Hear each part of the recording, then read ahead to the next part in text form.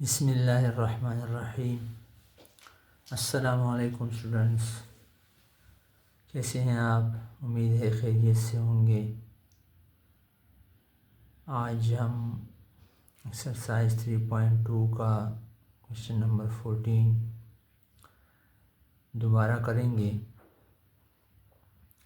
ये हमने सॉल्व किया था, लेकिन इसमें कुछ गलतियाँ थी, तो फिर मैंने वीडियो से डिलीट कर दिया। अभी दोबारा करवा रहा हूँ आपको। तो find the value of x cube plus 1/x cube when x plus 1/x is equal to 7।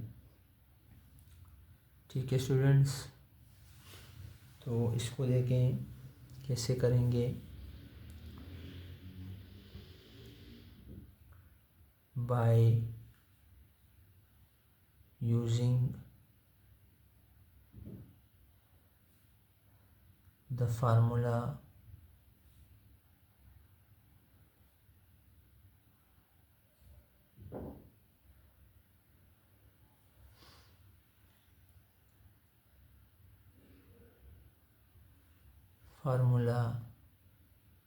a plus b का whole cube is equal to a cube plus b cube plus 3ab into a plus b।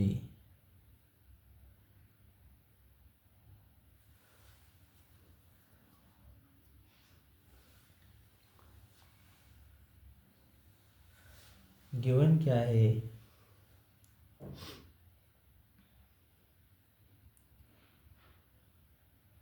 Given is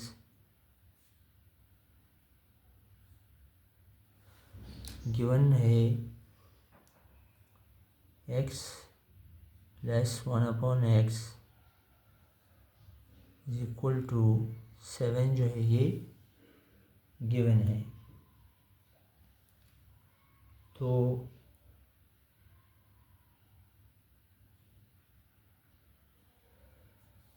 क्या करेंगे? Taking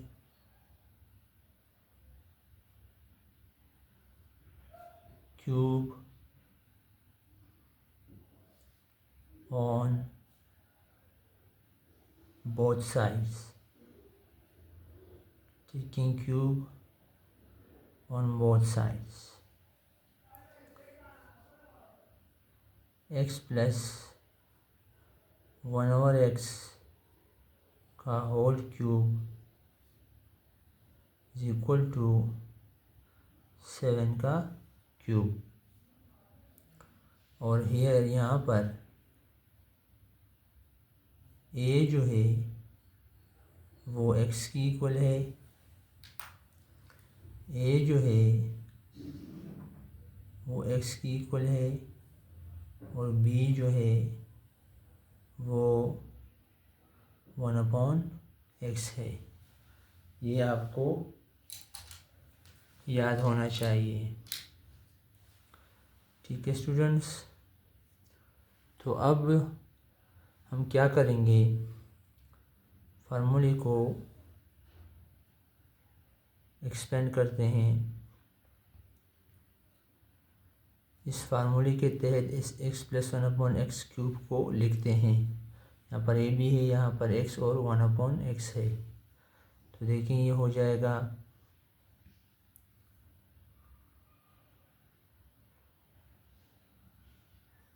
x cube plus 1/x cube plus 3x into 1/x into x plus 1/x is equal to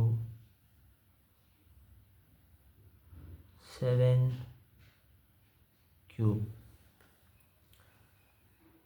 ठीक है students, ये हमने फार्मूले के तहत लिख लिया। अब आगे देखें, x cube plus 1/x³ plus x जो है एक्स के साथ कैंसिल हो जाएगा, 3 1 ज़ा 3 आएगा, और एक्स प्लस 1/x गिवन है कितना है, 7 है, और 7 का जो क्यूब है वो इक्वल है 343 के। ठीक है स्टूडेंट्स, और x cube plus 1/x³ plus 3 7 ज़ा 21 इक्वल टू 343। तो x³ plus 1/x³ is equal to 21, यहाँ पर प्लस हो रहा है, उस तरफ जाके माइनस हो जाएगा, -21। तो इस तरह से इसका लास्ट स्टेप होगा इज इक्वल टू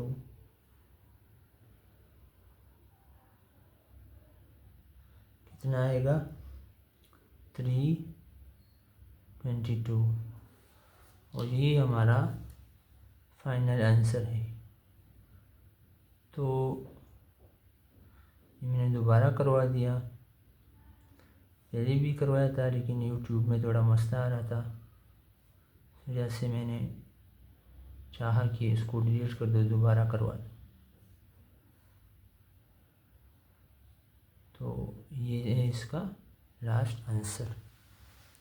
ठीक है स्टूडेंट्स, बिल्कुल आसान है।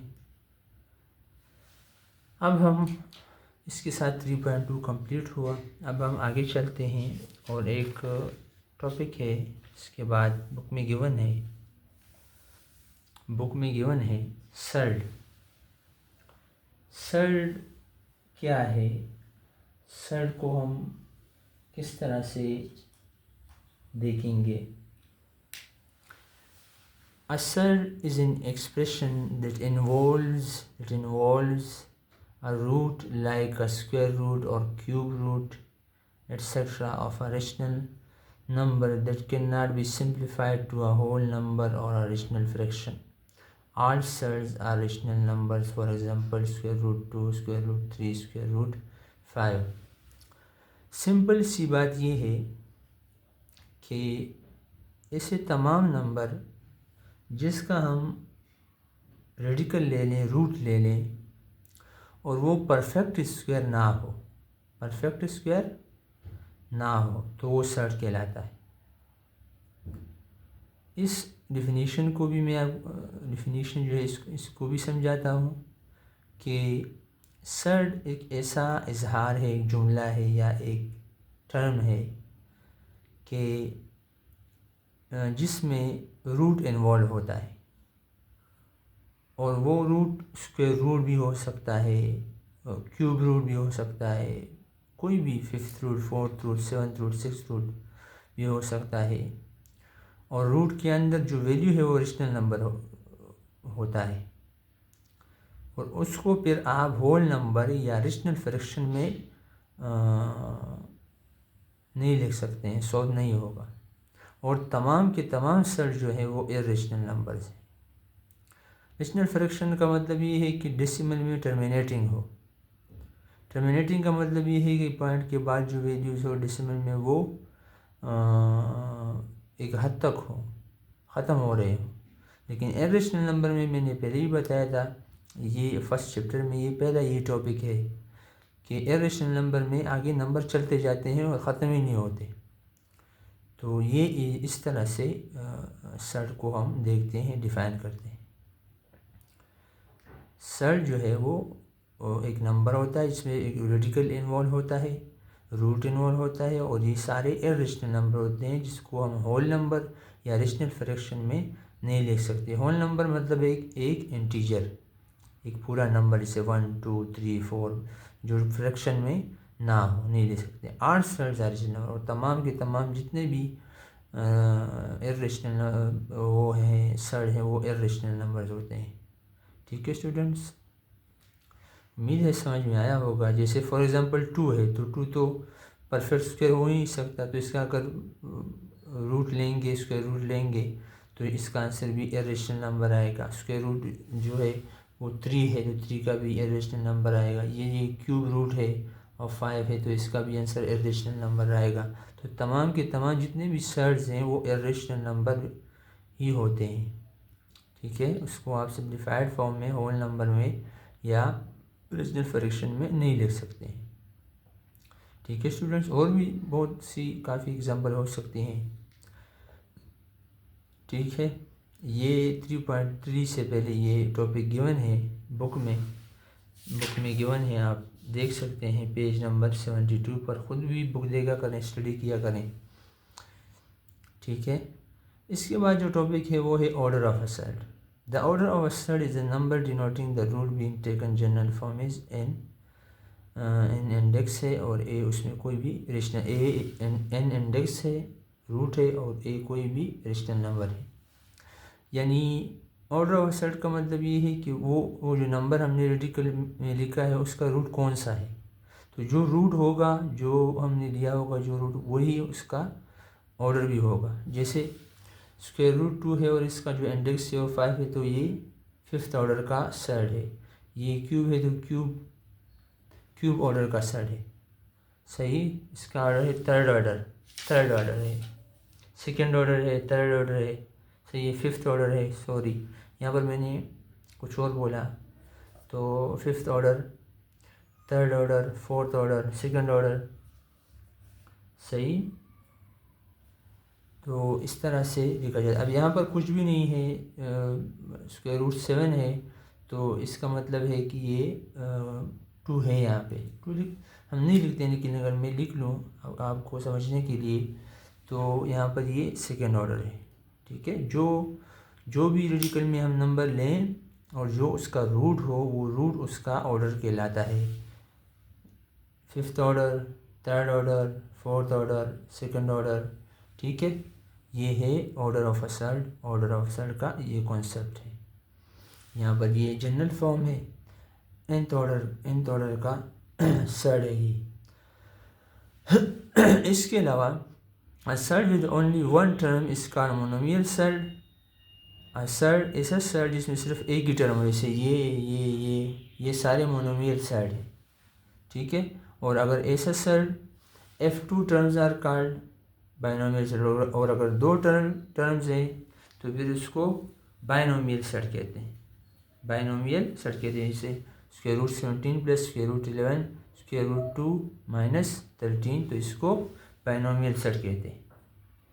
ठीक है स्टूडेंट्स, तो हम याद रखें। खुश रहें। आज के लिए इतना ही। अस्सलाम वालेकुम।